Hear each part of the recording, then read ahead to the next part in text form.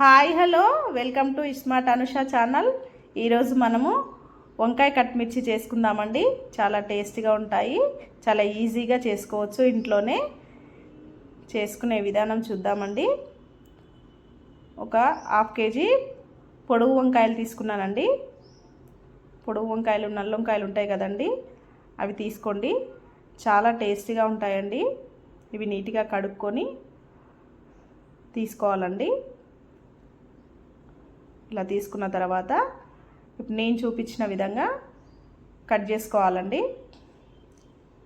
ఇలా కట్ చేసుకుంటే ముక్క మంచిగా ఉడుకుతుందండి. వంకాయ బాగా ఉడికి ఇంకా టేస్ట్ చాలా బాగుంటుందండి. ఇలా కట్ చేసుకోవాలి. అన్ని వంకాయల్ని ఇలానే కట్ చేసుకొని తీసుకోండి. వర్షం వచ్చినప్పుడు, చల్లచల్లగా వాతావరణం ఉన్నప్పుడు ఇలా చేసుకొని తింటే చాలా బాగుంటుందండి. పిల్లలు కూడా చాలా ఇష్టంగా తింటారు. ఇలా చేసి పెడితే అందరూ చేసుకోవచ్చు. టీ టైంలో చేసుకొని తినేయచ్చు.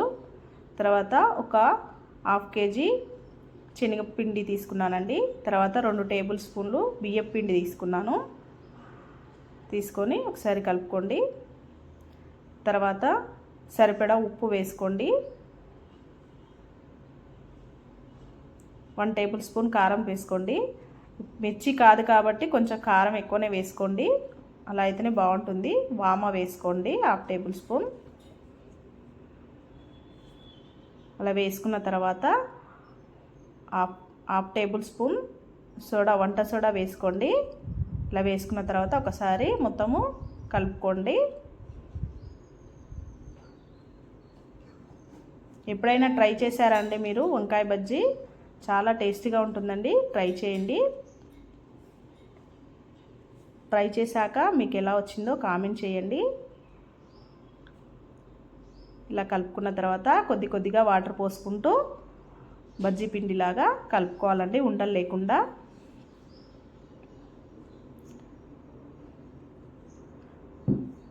మన ఛానల్ని ఫస్ట్ టైం చూస్తున్నట్టయితే సబ్స్క్రైబ్ చేసుకోండి ప్లీజ్.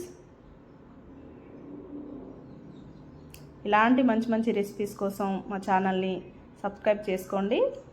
చూడండి, పిండి ఇలా ఉంటే సరిపోతుందండి. ఇలా కలుపుకొని పక్కన పెట్టేసుకొని ఫస్ట్ వంకాయల్ని బాండి పెట్టుకొని ఆయిల్ పోసుకొని కొంచెం ఫ్రై చేసుకోవాలండి. ఒక 10% ఉడికేటట్టు ఫ్రై చేసుకోవాలి. ఇలా చేసుకుంటే పచ్చివాసన అనేది రాదండి. డైరెక్ట్ పిండిలో ముంచి వేస్తే పచ్చివాసన వస్తుందండి వంకాయ. ఇలా నూనెలో ఫస్ట్ ఉడకబెట్టుకొని తర్వాత చేసుకోవాలి.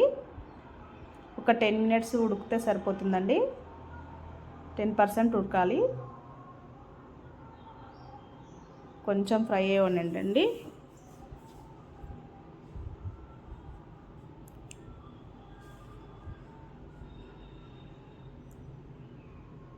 ఎప్పుడు మిర్చీలు, ఆలుగడ్డ పకోడీ కాకుండా ఇలా వంకాయ బజ్జీ కూడా చేసుకొని తినండి. చాలా బాగుంటుంది. చాలండి, ఇలా ఉడికిపోతే సరే. తర్వాత పిండిని ఒక గ్లాస్లోకి తీసుకోండి. ఇలా ఉంటే తక్కువ పిండి ఉన్నా కూడా చాలా మంచిగా చేసుకోవచ్చండి. గ్లాస్లో పోసుకుంటే కరెక్ట్గా బజ్జీకి మంచిగా కరెక్ట్గా వంకాయకి పడుతుందండి. చాలా చాలా ఈజీగా చేసుకోవచ్చు ఇలా చేసుకుంటే.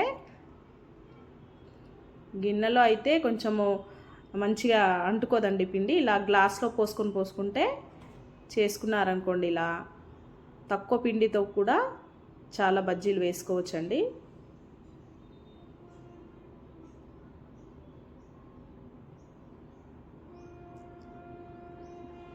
ఇలా అనుకుంటూ గోల్డెన్ కలర్లోకి వచ్చేంత వరకు ఫ్రై చేసుకోండి.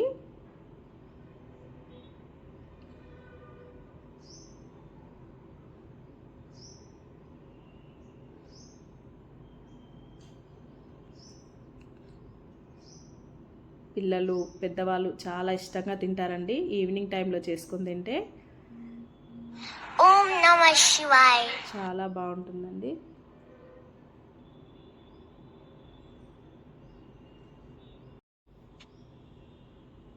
ఇలా ఉంటే సరిపోతుందండి. కలర్ మారాయి కదా, ఇంకా తీసేసుకోవడమే.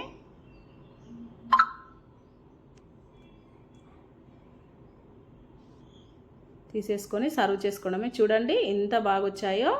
లోపల కూడా పిండి మంచిగా ఉడికింది.